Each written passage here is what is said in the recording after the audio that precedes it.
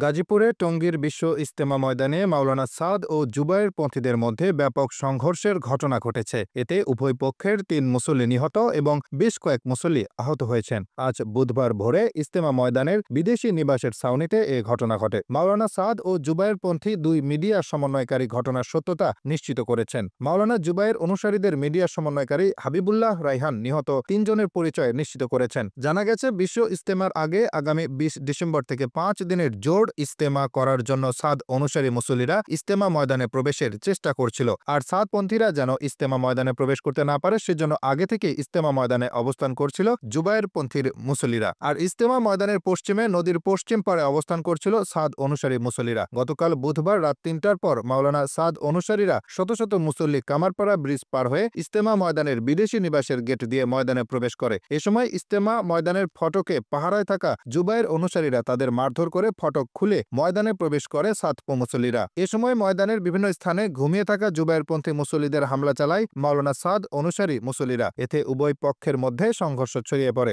সংঘর্ষে উভয় পক্ষের বেশ কিছু মুসল্লি আহত হয়। তাদের উদ্ধার করে টঙ্গী শহীদ আহসানুল্লাহ মাস্টার জেনারেল হাসপাতাল ও ঢাকা মেডিকেল কলেজ হাসপাতালে নিয়ে যাওয়া হয়। তাবলিগ জামায়াত বাংলাদেশ মাওলানা জুবায়ের অনুসারী মিডিয়া সমন্বয়কারী হাবিবুল্লাহ রায়হান বলেন, বুধবার স্বরাষ্ট্র উপদেষ্টা বেলা ১২টায় তাদের সাথে গুরুত্বপূর্ণ মিটিং করার কথা এবং সুন্দর একটি সিদ্ধান্ত জানানোর পরিকল্পনা করেছিলেন এবং হাসনাত আব্দুল্লাহ ও সার্জিস সহ কয়েকজন সমন্বয়ক রাতে ২:৩০টায় কাকরাইল মসজিদে আমাদের সঙ্গে আলোচনা করেছিলেন কিভাবে সমস্যার সমাধান করা যায়। একটু পরেই খবর আসে সাদপন্থীরা আশেপাশে থেকে বিভিন্ন সন্ত্রাসী ভাড়া করে এবং বিভিন্ন এলাকা থেকে তাদের নতুন পুরাতন সমস্ত সাথী জমা করে টঙ্গী ময়দানের ফরেনটেন্ট ভেঙে ভিতরে প্রবেশ করে। সাদপন্থীরা যখন কোনোভাবে প্রশাসনিক কোনো সিদ্ধান্ত পাচ্ছে না দেখে তখন মাঠে ইজতেমার কাজে নিয়োজিত ঘুমন্ত তাবলিগ সাথীদের উপর রাত ৪টার দিকে হামলা চালায়। এতে প্রচুর সাথী আহত হন এবং ঘটনাস্থলেই আমিনুল ইসলাম বাচ্চু নামে আমাদের একজন সাথী নিহত হন। বর্তমানে প্রচুর পরিমাণ দাওয়াত ও তাবলিগের সাথী ঢাকা মেডিকেলে চিকিৎসাধীন অবস্থায় রয়েছে এবং ঢাকা মেডিকেলে চিকিৎসাধীন অবস্থায় কিছুক্ষণ পূর্বে আরও একজন মারা যান। এদিকে বিশ্ব ইজতেমার মাওলানা সাদ অনুসারী মিডিয়ার সমন্বয়কারী মোহাম্মদ